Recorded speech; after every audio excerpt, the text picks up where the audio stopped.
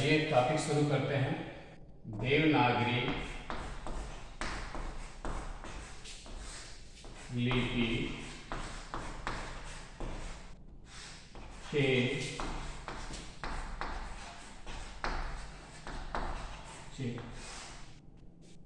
ठीक,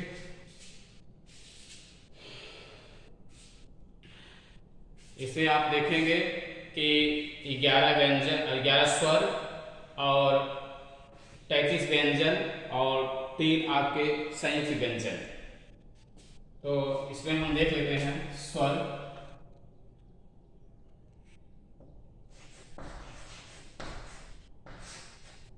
स्वर जो है आपके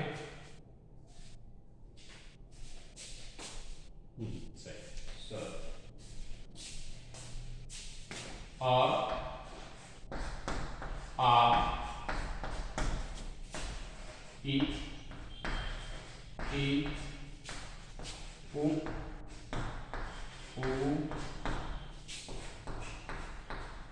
री, ए, आई, ओ और आओ। टोटल कितने हो गए? 1 2 3 4 5 6 7 8 9 10 11। टोटल कितने हैं? 11। टोटल स्वरों की संख्या कितनी हो गए? 11। अब आते हैं दूसरे चिन्ह पर, व्यंजन वाले में। तो आते हैं आपके क, ख, ग, घ, अंग, च, छ, ज, झ, ञ, ट, ठ, ड, ढ और अड़। र आ जाते हैं ठ ड ढ अड़। है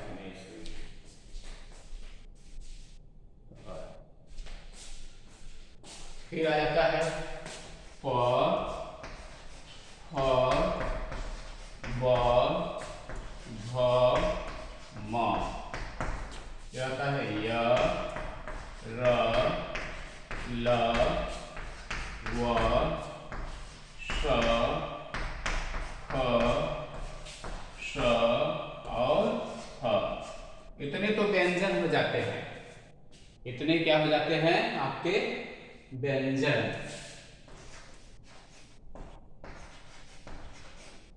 क्या हो जाते हैं? व्यंजन।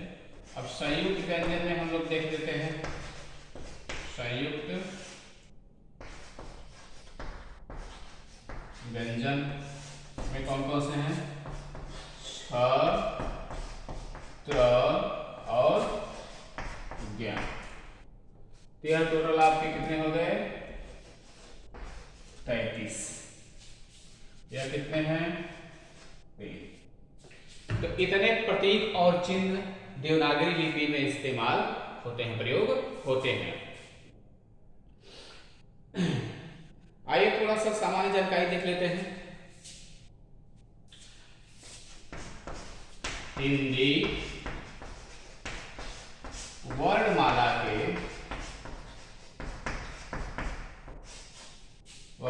का अंतिम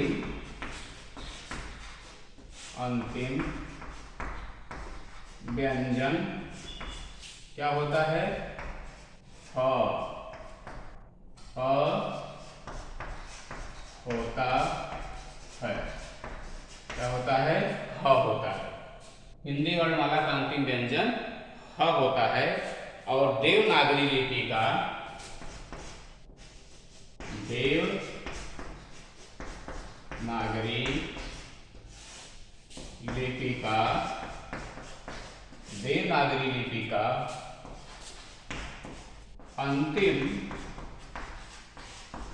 अंतिम चिन्ह जो होता है वह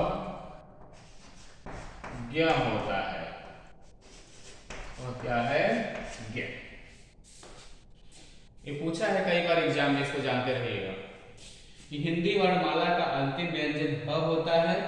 देख लीजिए, अंतिम व्यंजन ह है। और संयुक्त व्यंजन में अगर हम देखते हैं कि देवनागरी लिपि का अंतिम व्यंजन क्या है? अंतिम चिन्ह ज्ञ है। देवनागरी लिपि का अंतिम चिन्ह ज्ञ है। ठीक, ये हो गया हिंदी वर्णमाला। ये सब नोट कर लीजिए आप लोग।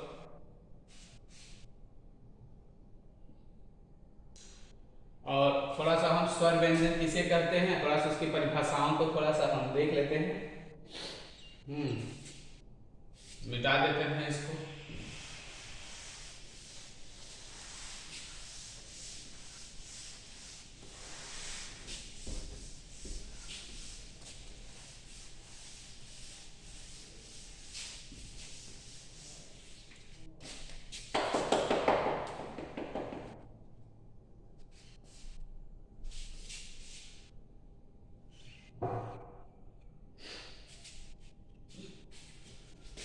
स्वर किसे कहते हैं देख लेते हैं।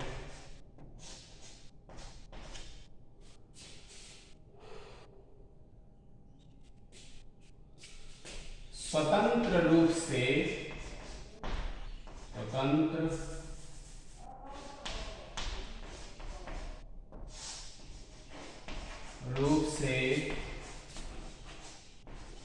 उच्चारित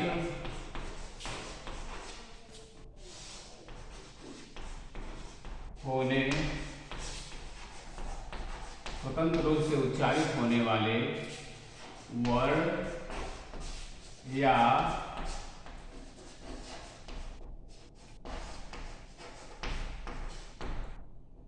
ध्वनियों, स्वतंत्र रूप से उच्चारित होने वाले वर्ण या ध्वनियों को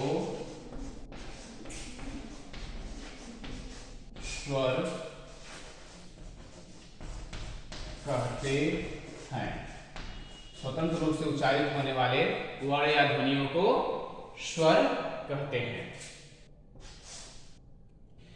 अब आता है व्यंजन। व्यंजन किसे कहते हैं? ऐसे वर्ण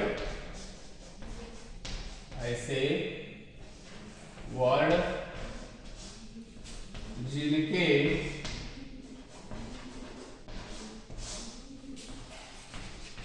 उच्चारण के लिए, ऐसे वर्ण जिनके उच्चारण के लिए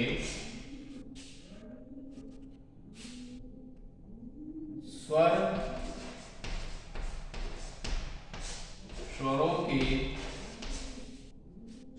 की आवश्यकता होती है,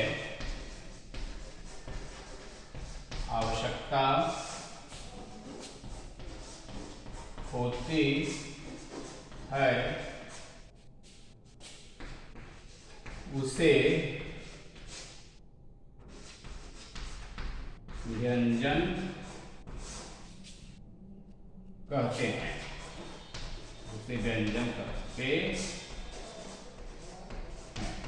उसे क्या कहते हैं? व्यंजन। ऐसे वर्ण जिनके उच्चारण के लिए स्वरों की आवश्यकता होती है उसे व्यंजन कहते हैं। तो यह हो गया स्वर और व्यंजन की सामान्य परिभाषा। और एक अगर संयुक्त परिभाषा अगर देखते हैं,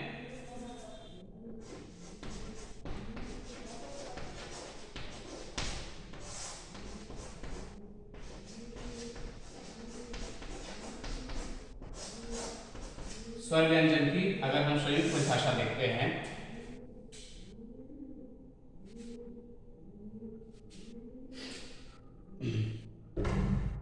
तो है वे ध्वनियां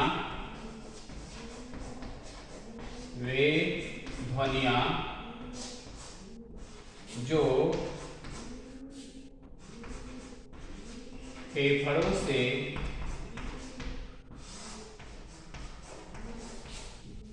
निकलते समय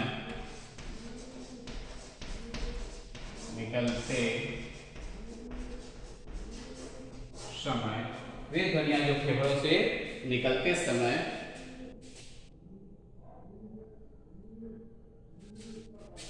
किसी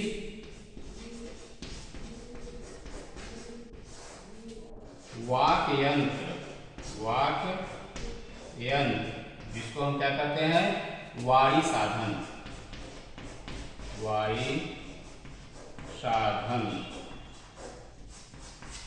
करते समय किसी वाक्य यंत्र या वाणी साधन को बिना स्पर्श किए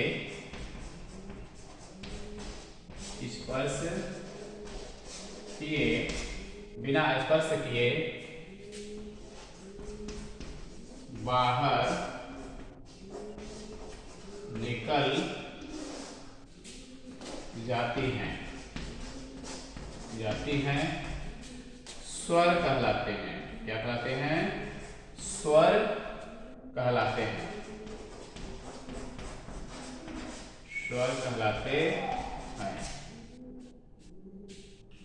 और वैसे वर्ड जो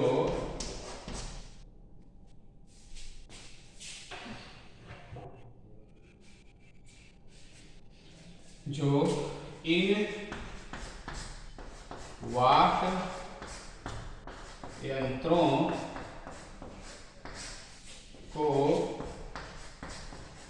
स्पर्श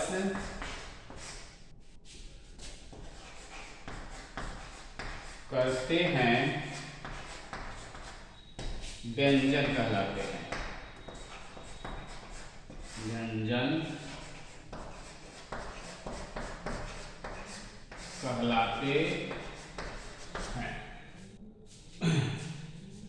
जो वाक्य यंत्रों को स्पर्श करते हैं व्यंजन कहलाते हैं। देख लेते हैं संयुक्त परिभाषा 16 व्यंजन की। वे ध्वनियां जो फेफड़ों से निकलते समय अर्थात वायु रूप में निकलते समय किसी वाक्य यंत्र या वाणी साधन को बिना स्पर्श किए निकल जाती हैं स्वर कहलाते हैं।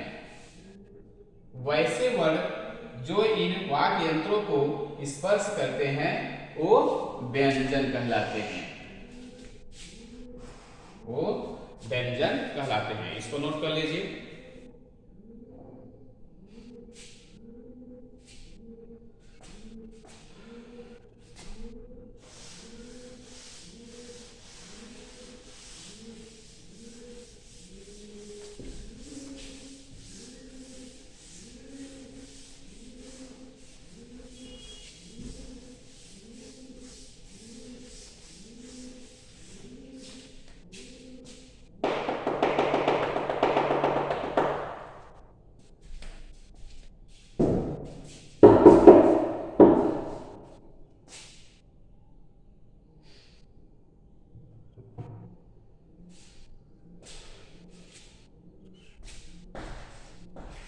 अर्थ के आधार पर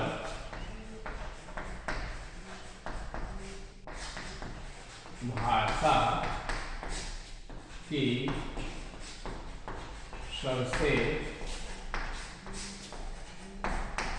छोटी इकाई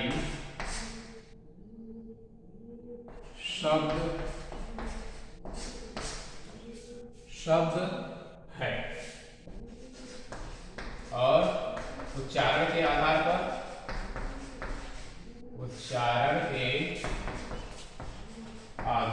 पर सबसे छोटी इकाई ध्वनि है। सबसे छोटी इकाई ध्वनि है। इंपॉर्टेंट है, पूछता है, कई बार एग्जाम में पूछा हुआ है, इसको देख लीजिए।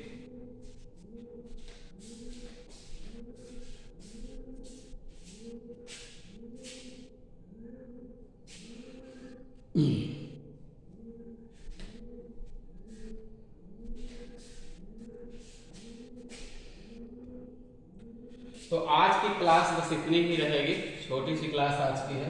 कल से हम लोग व्याकरण को शुरू करेंगे।